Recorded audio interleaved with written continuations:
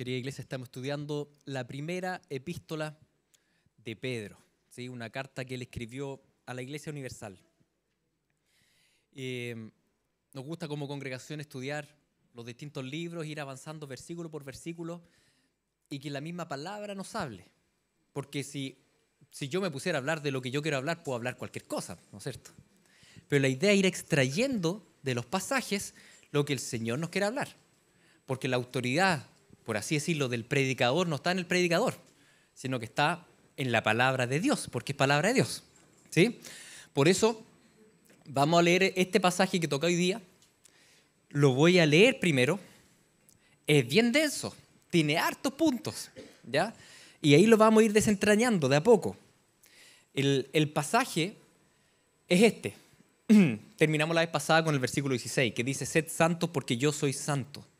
Y si invocáis por Padre a aquel que sin acepción de personas juzga según la obra de cada uno, conducíos en temor todo el tiempo de vuestra peregrinación, sabiendo que fuiste rescatados de vuestra vana manera de vivir, la cual recibiste de vuestros padres, no con cosas corruptibles. Fíjense que hasta ahora hay pura coma, todavía no termina la frase, ¿sí? Como oro o plata, sino con la sangre preciosa de Cristo, como de un cordero sin mancha y sin contaminación, ya destinado antes de la fundación del mundo, y todavía no viene el punto. Fíjense. Pero manifestado en los postreros tiempos por amor de vosotros, mediante el cual creéis en Dios, quien le resucitó de los muertos y le ha dado gloria, para que vuestra fe y esperanza sean en Dios. Punto. Así que hoy día vamos a predicar de una sola frase, ¿no es cierto? Todo lo que leía acá del 16 al 21 hasta este punto. Tenemos que conversarlo con calma, porque la palabra del Señor es como un tesoro, ¿no es cierto? Que uno va excavando y cada vez sale más, y nos podríamos dedicar a una sola pequeña frasecita todo el servicio, pero vamos a tomar todo este conjunto de versículos. La semana pasada terminamos entonces con el versículo 16, que dice: sed santos porque yo soy santo. ¡Wow! Está fuerte esto, está fuerte. Porque la santidad de Dios, bueno, la estudiamos hace un par de meses atrás, y la santidad de Dios es la hermosura de Dios. La santidad de Dios es su perfección, es que Él es perfecto, que Él está absolutamente apartado de todo mal, de toda oscuridad. Esa es la santidad de Dios, no hay pecado en Él, no es tentable, Él solo es luz. Por tanto, la santidad de Dios, muchos dicen que engloba en realidad todos sus atributos morales. Es su perfección de justicia, es su perfección de amor, es su perfección de bondad. La santidad de Dios es, por tanto, la hermosura de Dios. Porque si alguien es poderoso, y supongamos que alguien tuviese todo el poder, pero no es santo, ¿sería hermoso? No sería para nada hermoso. Imagínense un todopoderoso que sea maligno. Sería terrible. En cambio, el todopoderoso es santo. Es decir, es benigno, es perfecto. Y eso hace que Dios sea hermoso.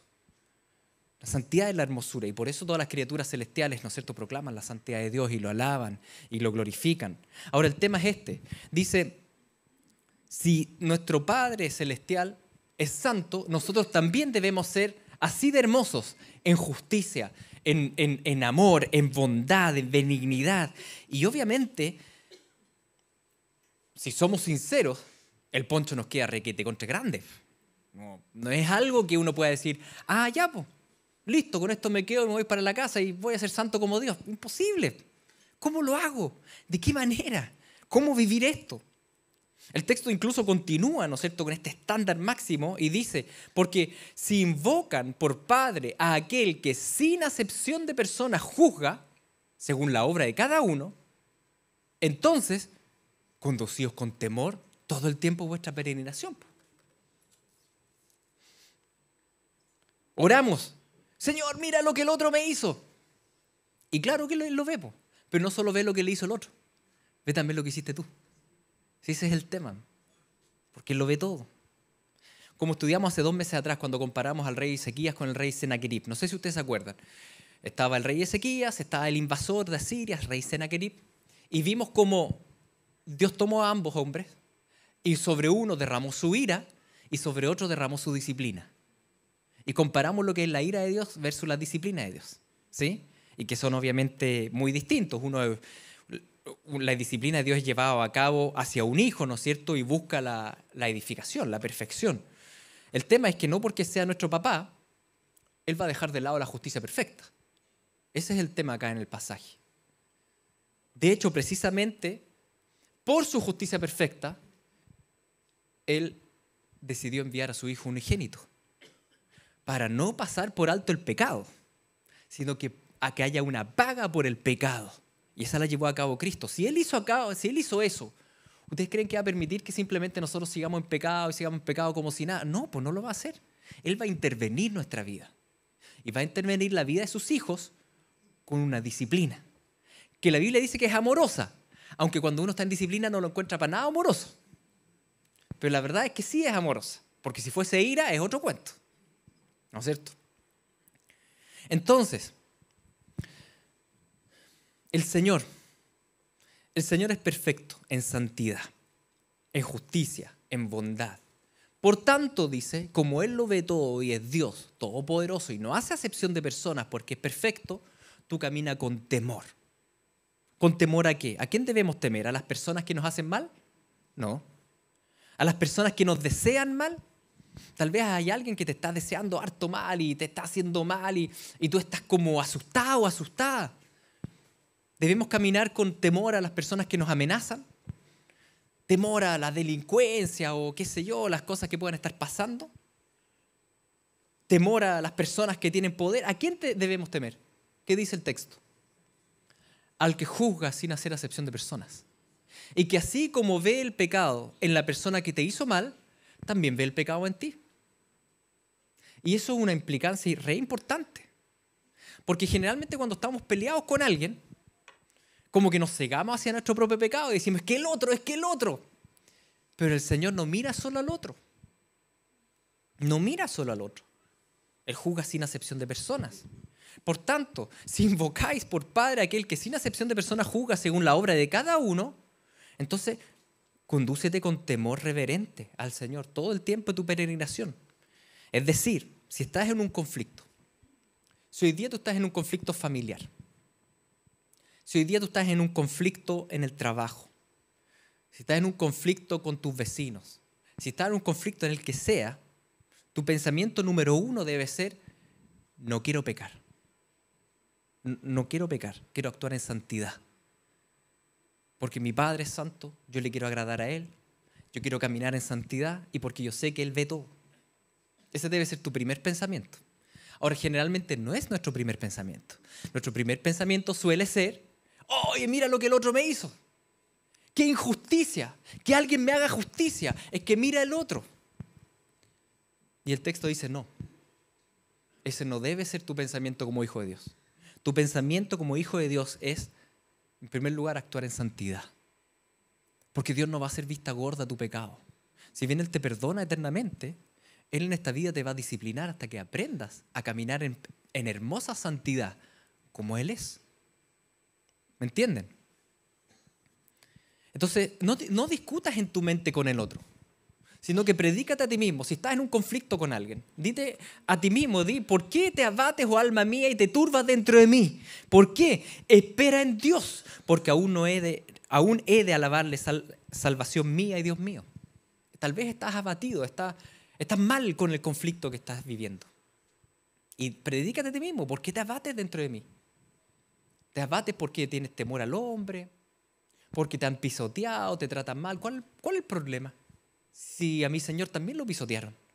Señor, más bien ayúdame a esperar en ti y actuar en santidad. No busques justificarte ante los demás. Más bien encomienda a Jehová tu camino y confía en Él y Él va a hacer. ¿Ven qué distintos son estos pasajes que tanto sabemos, que tan poco practicamos? Qué distintos son de la lucha del ego, del yo, es que nadie me va a vencer, es que nadie me va a ganar, es que cómo puede pasar. No, acá dice encomienda tus caminos, tranquilo. La consideración de Dios en nuestra vida es el temor reverente al Señor. Considerarlo todo el rato a Él. Señor, yo a ti te quiero agradar, a ti. No pienses en cómo ganarle y en tu mente andáis peleando y estás manejando y peleando. Cuando llegue al trabajo le voy a decir esto y lo otro y me va a decir esto y yo. Siempre uno tiene en su mente la discusión pero perfecta y uno siempre gana en la mente y uno llega y nunca ha resultado como uno lo piensa, nunca. Al menos a mí no. Tal vez ustedes tienen mejor imaginación, pero... Entonces no perdamos tiempo en eso. Más bien espera en Jehová y guarda su camino y Él te exaltará para heredar la tierra. Cuando sean destruidos los pecadores, lo verás. Tranquilo. Tranquilo. Este no es nuestro tiempo de glorificación. Se vendrá después cuando vuelva Cristo. No busques venganza. No digas yo me vengaré. Más bien espera a Jehová y Él te salvará. Cuán distinto son todos estos pasajes, ¿no es cierto?, a nuestra tendencia a luchar con ego por nosotros mismos, por nuestro propio honor. Acá te dice, no, espera, tranquilo. No mires las cosas de abajo. Aguarda a Jehová, esfuérzate, aliéntese tu corazón. Sí, espera a Jehová. Por eso, no sé en qué conflicto estás, pero mira. Mira qué, mira las cosas de arriba. Mira al Señor. Ten presente la consideración de Dios. Y ten presente esto, que así como el Señor ve a tu cónyuge y ve su pecado, también te ve a ti. Así como el Señor ve a tu jefe y ve su pecado, también te ve a ti. Y nosotros debemos estar ante Él en humildad diciéndole, Señor, no quiero seguir siendo un impulsivo, un reaccionario. Yo quiero esperar en ti, esperar en ti. Espera, oh Israel, en Jehová desde ahora y para siempre. Ese es nuestro centro. ¿Por qué? Porque entendemos cuál es la voluntad del Señor para nuestra vida. ¿Y cuál es la voluntad del Señor para nuestra vida? La voluntad de Dios es vuestra santificación. Eso es lo que Dios quiere para ti. Por eso estás en el conflicto que estás. Por eso estás en la prueba que estás. Porque el Señor quiere que seas hermosa, hermoso. ¿En qué? En santidad. Perfecta en justicia. Perfecto en mansedumbre. Perfecta en amor, perfecto en benignidad. ¿Me entienden? Hermoso en santidad. Esa es la voluntad del Señor. Que seas hecho conforme a la imagen de su Hijo amado. Antes de ir a la parte más larga del texto, oremos brevemente, ¿ya? Padre Santo, tú conoces los conflictos que están en medio de nosotros, en nuestras familias, en nuestros lugares de trabajo, en nuestras vecindades. Te pedimos perdón por ser impulsivos, reaccionarios, intentar defender nuestro honor cuando en realidad, Señor, tanto pecado como vemos los demás también lo tenemos nosotros. Te pedimos perdón por nuestra ceguera hacia nuestro propio pecado. Límpianos, ayúdanos a esperar en ti. Y a que nuestra primera prioridad sean los conflictos que estemos, nuestra primera prioridad no sea ganar la pelea, no sea quedar bien parados, sino que sea actuar en santidad, agradarte a ti, descansar en ti. En el nombre de Jesús. Amén. Así que el estándar de esta primera parte del texto es bien alta. Es un estándar de perfecta santidad. Sed santos, como yo soy santo, dice el Señor. Cuando uno hace esto y uno empieza a fijar la mirada en el Señor como estándar, en vez de fijar la mirada en las personas, las cosas cambian bastante. Porque nosotros como seres humanos tendemos a compararnos con las personas. Y generalmente nos tendemos a comparar con las personas que están peor que uno. ¿Para qué? Para sentirnos bien. Entonces uno dice, bueno, no estoy tan mal. Yo sé que mentí, pero mira ese estafador. ¿Me entienden? Yo sé lo que... No, sí sé que estoy haciendo trampitas, pero nunca tanto como Lucho Hermosilla. ¿Me entienden? Uno se compara. Pero es como un conejo flojo que se compara con las tortugas, ¿me entienden? Es como, claro que va a ganar, pero es flojo, po. La Biblia te dice que tú tienes que compararte con Dios. Eso es distinto. Eso es distinto. Sed santos porque yo soy santo. Nuestro punto de comparación es Dios, no es el prójimo. Y cuando pasa eso, cuando entendemos cuál es el gold standard, ¿no es cierto? Y que no es el otro ser humano, sino que es Cristo mismo, empezamos obviamente a achicarnos. Y empezamos a achicarnos y a achicarnos y nos empezamos a dar cuenta lo lejos que estamos de lo que es la voluntad del Señor. ¿Sí? Porque la demanda es máxima. Nos damos cuenta que nuestro pensamiento gira en realidad en torno al egocentrismo, al orgullo. Nos damos cuenta que en nosotros no mora el amor que debiera morar. Que la Biblia me dice, ama al Señor por sobre todo y no lo amo por sobre todo, y que en mí surgen odios y amargura, y sé que tengo que perdonar, pero no sé cómo perdonar porque no quiero perdonar, y la venganza y la vanagloria, y cómo surge la lujuria de mi carne, ¿no es cierto? El creyente verdadero que mira diariamente a Dios, la pregunta es, ¿está condenado a vivir una vida triste de culpabilidades? ¿Sentirse todo el día culpable?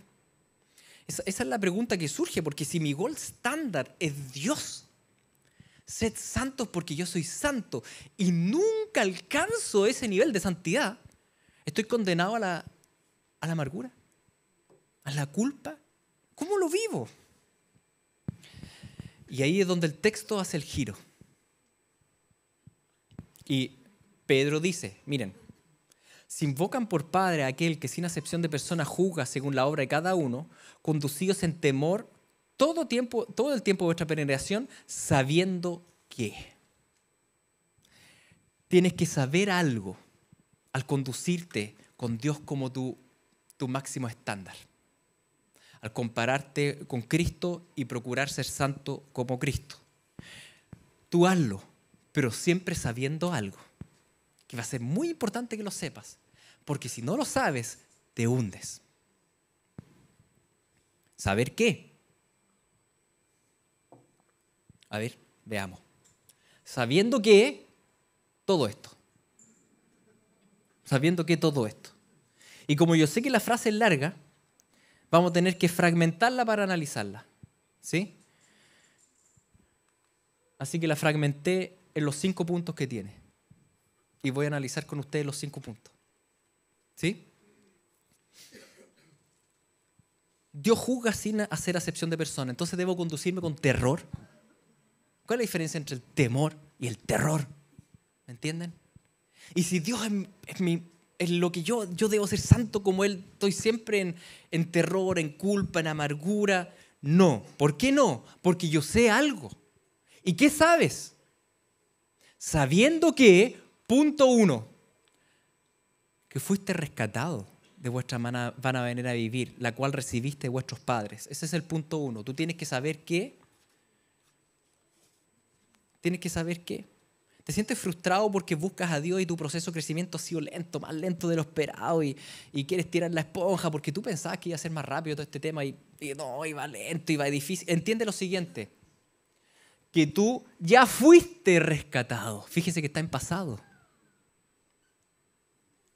Ya fuiste rescatado. No estás rescatándote a ti mismo. Tú ya fuiste rescatado. Tú ya fuiste rescatado por Dios de tu antigua vana manera de vivir. Es como Israel. Cuando Dios los saca de Egipto y después recibe los 10 mandamientos. Pero no es que primero recibió los 10 mandamientos y al que los cumplió, los sacó de Egipto. No fue así la historia. Los sacó de Egipto y les dio las tablas de la ley. ¿Sí? Tú ya fuiste rescatado. Tú ya no estás en Egipto. Tú ya fuiste rescatado.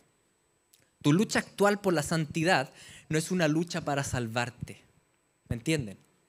Tu lucha actual por la santidad no es como que me estoy ahogando y me voy a ahogar. No, no es así. Tú estás en la palma de la mano del Señor. Tú estás aprendiendo a nadar, es verdad. Pero no te vas a ahogar. Porque tú ya fuiste rescatado. ¿Me entienden que la posición es distinta? Sed santos porque yo soy santo, vivan ahí el máximo estándar, ¿no es cierto? Y con temor reverente al Señor, pero ojo, sabiendo que tú ya fuiste rescatado, no es que te estás rescatando. Eso es muy distinto, eso es muy distinto. Es una lucha entonces por la adoración, es una lucha por el primer amor, pero no es una lucha por el autorrescate.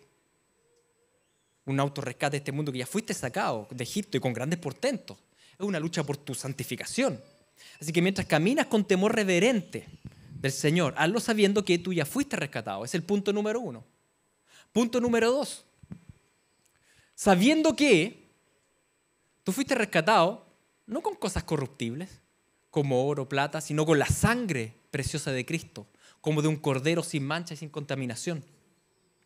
¿Te sientes como un creyente de segunda categoría? un creyente mediocre, inservible. Miras al Lucho y dices, oh, que nunca voy a llegar a ser como el Lucho.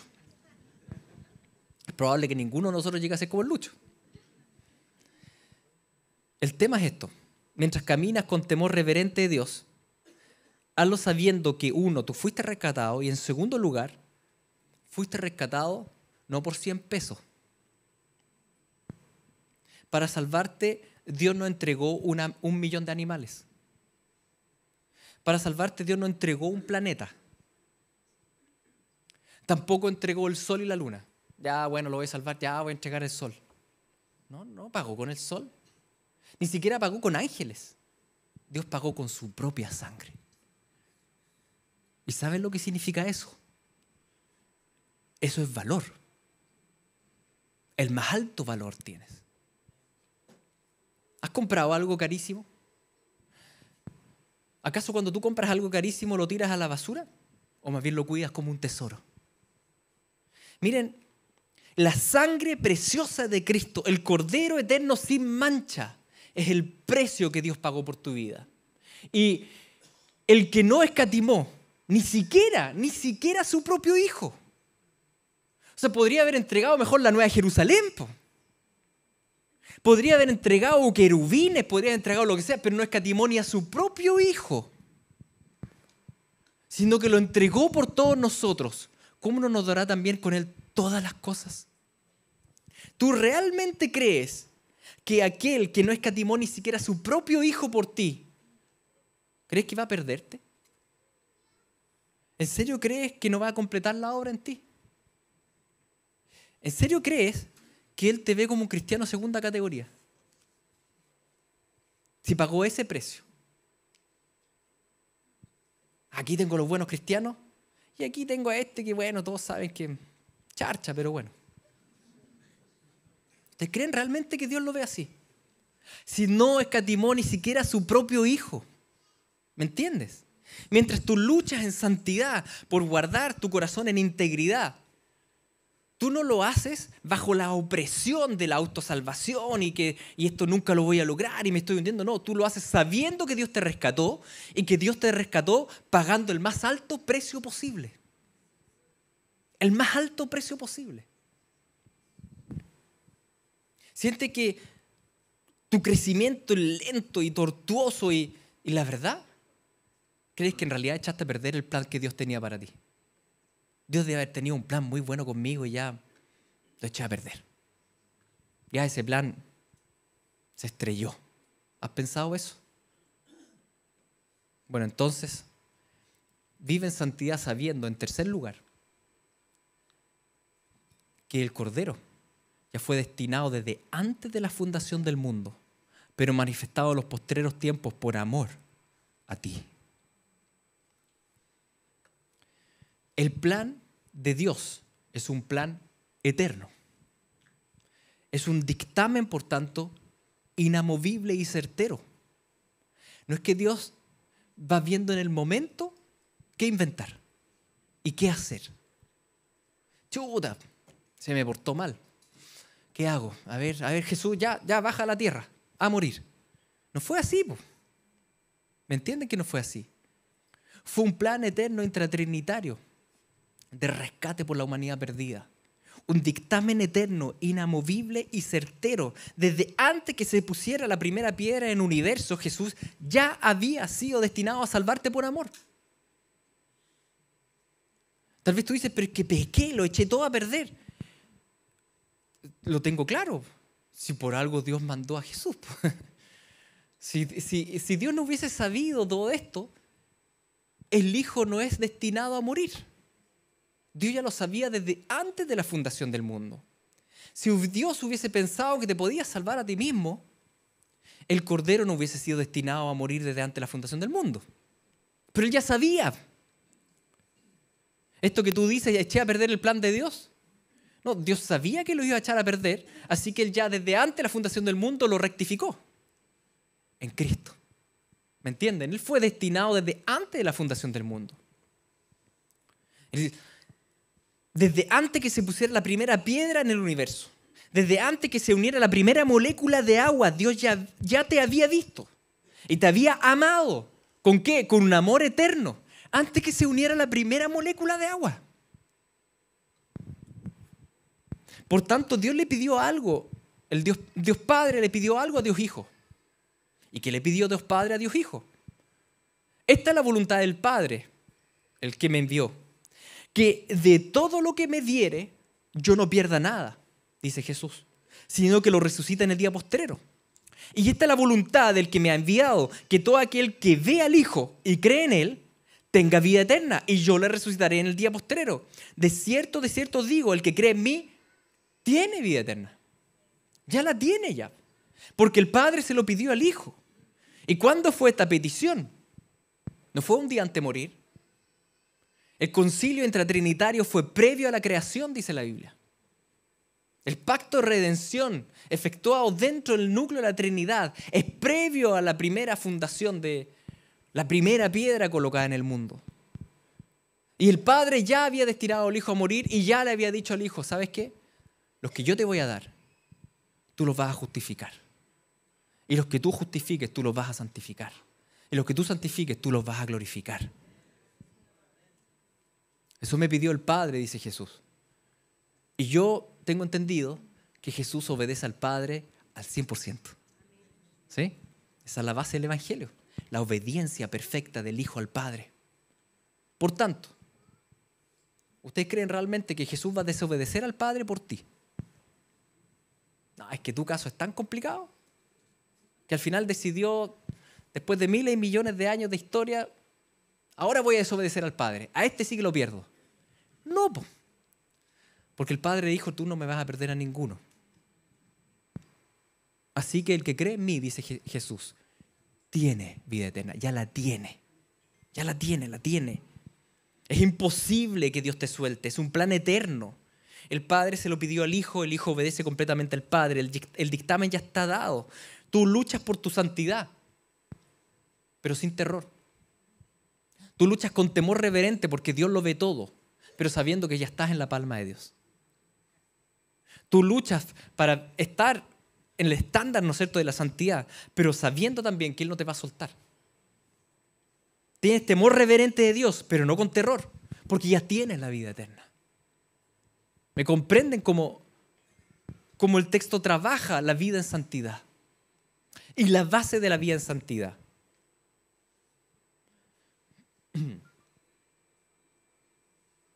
Sientes que mientras luchas contra el diablo, contra el mundo, contra el pecado, tu fe a veces es tan delgadita como un hilo, y sientes que se va a cortar el hilo.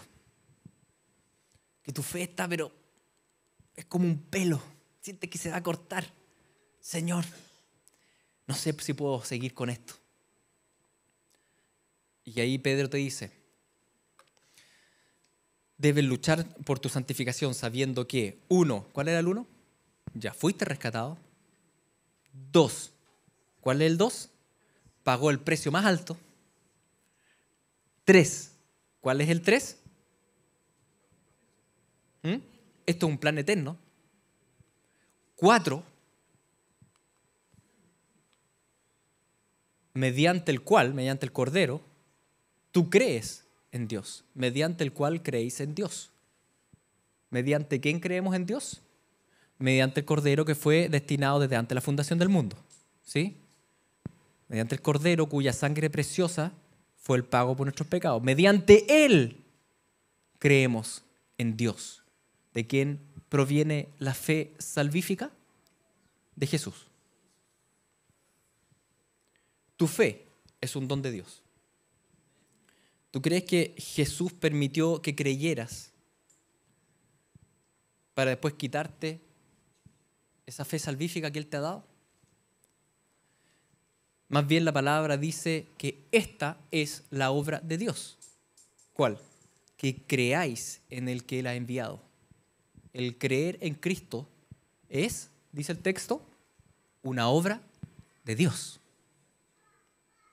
No es una obra tuya, es una obra de Dios. Sí, es verdad que todo ser humano tiene fe en algo, pero también tiene una rebeldía intrínseca contra Jesucristo. Eso de que se haya quitado esa rebeldía y tengamos fe en Jesús, la fe en Jesús, es un milagro que hizo el Señor. Tu fe en Jesús, por tanto, no es tuya, sino que ha sido una obra de Dios en tu vida. Ha sido Dios el que te ha dado la fe. ¿Crees que Dios te dio una fe que sea perecible? No, porque Dios lo que hace es eterno. Lo que Dios hace es eterno. La fe que Dios te dio tal vez te puede parecer delgada, pero es más firme que cualquier cable de acero que pueda haber en el mundo. Porque está sustentada por el brazo todopoderoso de Dios. Te puede parecer un cabello delgado, pero una fe sustentada por el Todopoderoso.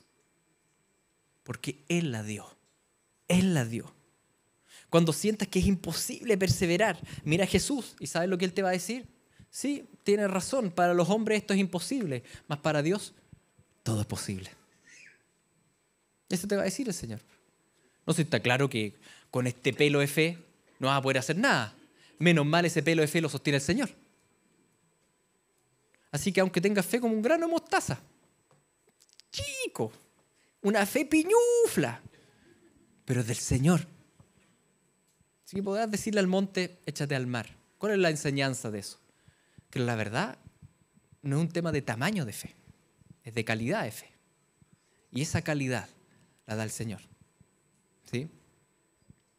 Por tanto, persevera no mirando tus capacidades, sino la de Dios, la del Todopoderoso, sabiendo que mediante Él tú crees. Mediante Él.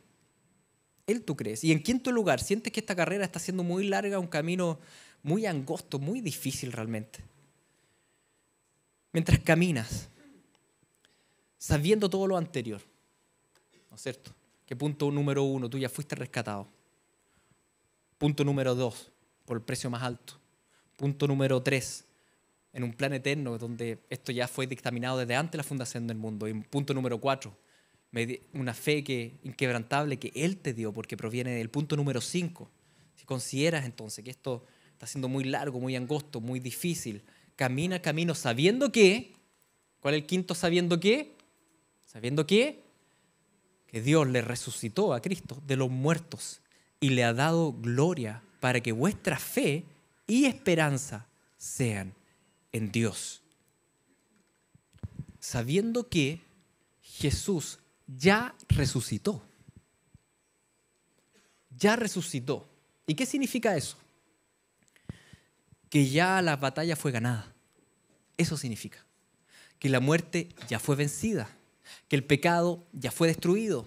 Que el diablo ya fue pisoteado. Que Él ya venció. Mientras tú luchas, tú tienes que saber que tú estás peleando una batalla que en realidad el Señor ya ganó. Ya ganó. Jesús ya murió por ti, ya consiguió el perdón, ya resucitó. Jesús ya gobierna juntamente al Padre. Jesús va a volver y Él te va a dar un cuerpo nuevo, sin pecado. La batalla ya está ganada. Esa es la verdad, ya está ganada. Entonces, ¿por qué Dios te permite luchar contra tu pecado toda esta vida? Probablemente para que valores tu rescate. Para que entiendas de qué te rescató. Probablemente para que tengas más gozo futuro y más agradecimiento. Porque en la vida cristiana y en la lucha por la santificación es donde nos damos cuenta realmente lo malo que somos. No teníamos idea. Cuando recién nos convertimos pensábamos que el Señor nos tenía que salvar porque somos tan buenos. Y mientras vamos caminando en el camino de la santificación y nos damos cuenta lo arraigada que está la maldad en nosotros, empieza a crecer el agradecimiento. Al principio decíamos, bueno, Señor, era obvio que me tenías que salvar. Después terminamos diciendo, Señor, ¿por qué me salvaste? ¿Me entienden? Ese es el recorrido de la santificación. En realidad el recorrido de la santificación es tomar conciencia de mi pecado y de qué me rescató el Señor. Y mientras vamos avanzando, el Señor permite que luchemos contra el pecado, luchemos, pero para mayor alabanza, para mayor adoración. Porque en realidad, si se trata del rescate, tú ya fuiste rescatado. ¿Me entienden lo que está diciendo el texto? La victoria, la verdad, ya fue ganada.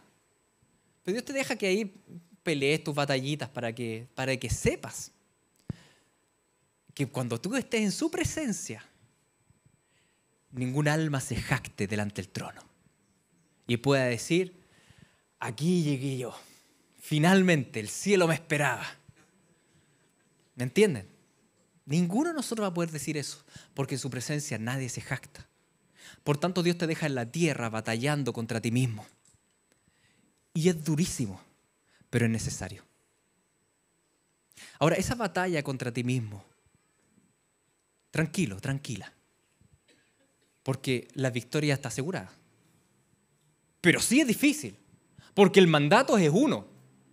El mandato es este, es la máxima demanda. ¿Cuál es la máxima demanda? Sed santo porque yo soy santo. Esa es tu batalla.